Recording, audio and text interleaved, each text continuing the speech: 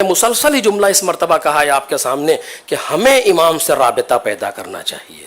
بیٹھو، تنہائی میں بیٹھو، اپنے امام سے گفتگو کرو، اپنے امام سے ارتباط پیدا کریں ہم صدق دل سے، اور پھر ادھر سے جواب موجود ہے. امام رشد کے لیے ہے.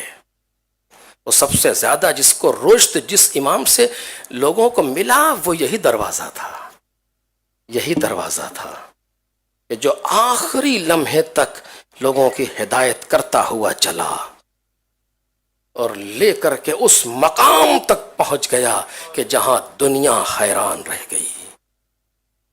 اور آج آپ اسی کی یاد میں بیٹھے ہیں، یعنی حسین ابن علی. کیسے کیسے گوہر تراشے ہیں حسین ابن علی نے کہ ہم اندازہ نہیں لگا سکتے. زہیر جیسا انسان کہ جو الگ چل رہے ہیں امام سے، امام تراش کے زہیر کو لے آئے اور ایسا بنا دیا کہ آج ہی کی رات جناب زہیر کہتے ہیں مولا یہ ایک مرتبہ کا مرنا کیسا. آپ سوچیں کیا ہوا آخر. جو زہیر ملنا نہیں چاہ رہے تھے حسین ابن علی سے، حج کر کے واپس آ رہے ہیں تو اپنے کاروان کو دور روکتے ہیں کہ حسین ابن علی کا سامنا نہ ہو جائے. اور آج وہ زہیر اسی شب عاشور میں کہتے ہیں مولا یہ ایک بار کا مرنا کیسا. اللہ کیسا تراش دیا حسین ابن علی نے. وہ ایک جوان ہے جو مسلمان بھی نہیں ہے، شادی کر کے جا رہا ہے، حسین ابن علی نے اسے بلا لیا اور ایسا تراش دیا امام حسین نے چند دنوں میں کہ 25 سال کی جوانی میں ساری جوانی کی امنگوں کو چھوڑ کے مرنے کے لیے آمادہ ہے.